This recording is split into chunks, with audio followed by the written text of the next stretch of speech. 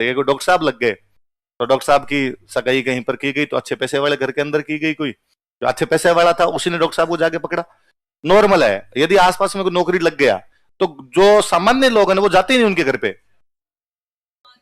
वो सीधा है भाई नहीं रे आउट ऑफ रीच है, मरने दो, अपने को दूसरा देखते हैं। हम भाई सब घरों की है, हम मैं तो भाई मेरे घर में भी देखते हैं इसी प्रकार से देखते हैं, कोई हाँ भाई ये ज्यादा मांगेंगे रहने दो, अपनी पार नहीं पड़ेगी यहाँ पे।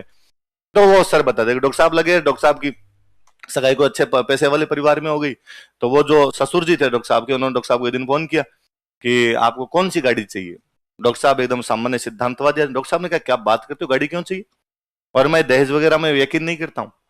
उन्होंने कहा अरे दहेज किस बात का है, ये तो मैं मेरी बेटी को गिफ्ट दे रहा हूं, तो आपको लेना ही चाहिए, और आप तो केवल इतना बता दीजिए कि कौन से कलर की लेनी है और कौन सी कंपनी की लेनी है, बाकी मैं जानू मेरा काम जाने, और बेटी को देना ही है मुझे। तो आपके घर वालों ने कोई डिमांड नहीं की, आपने कोई डिमांड नहीं की, ये मेरी तरफ से मेरी बच्ची को गिफ्ट है। डॉक्टर साहब ने वापस कहा कि नहीं सर, ये भले गिफ्ट के रूप में दिए जाएं, पर मैं इस बात को जानता और समझता हूं कि दहेज है, मैं पढ़ा लिखा आदमी हूं, इसलिए इन चीजों में यकीन नहीं। उनके पिताजी ने वापस कहा कि देखो ऐसी बात नहीं करते, कोई दिक्कत नहीं है, लीजिए आप, मैं खुश होकर दे रहा हूं।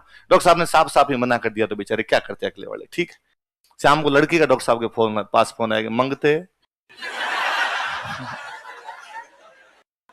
तू तेरी तनख्वाह से पूरी जिंदगी में गाड़ी नहीं ला पाएगा, है ना। और सुने, अभी पापा को फोन करके गाड़ी दो, और एक बात और सुन, पापा दे रहे हैं 10 लाख वाली, पर इनके पास पैसे ज्यादा हैं, तू 20 वाली मांगे।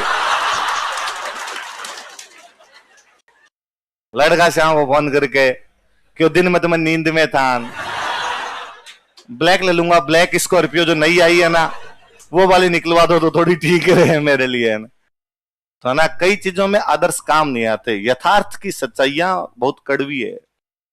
हम आदर्शवादी बातें कितनी करें पर उनका जो रियलिस्टिक रूप है ना वो बहुत अलग रूप में दिखाई देता है समाज में। तो ये यूं देखने को लगता ही है, तो बस सिंपल सी बात है। तो जितने RSN लड़के सेलेक्ट होते हैं उनको बाद में लगता है कि भाई साहब 3 साल पहले मैं यहीं बैठा था, एक ही नहीं आ रहा था, अब कह रहे हो समाज का सितारा है।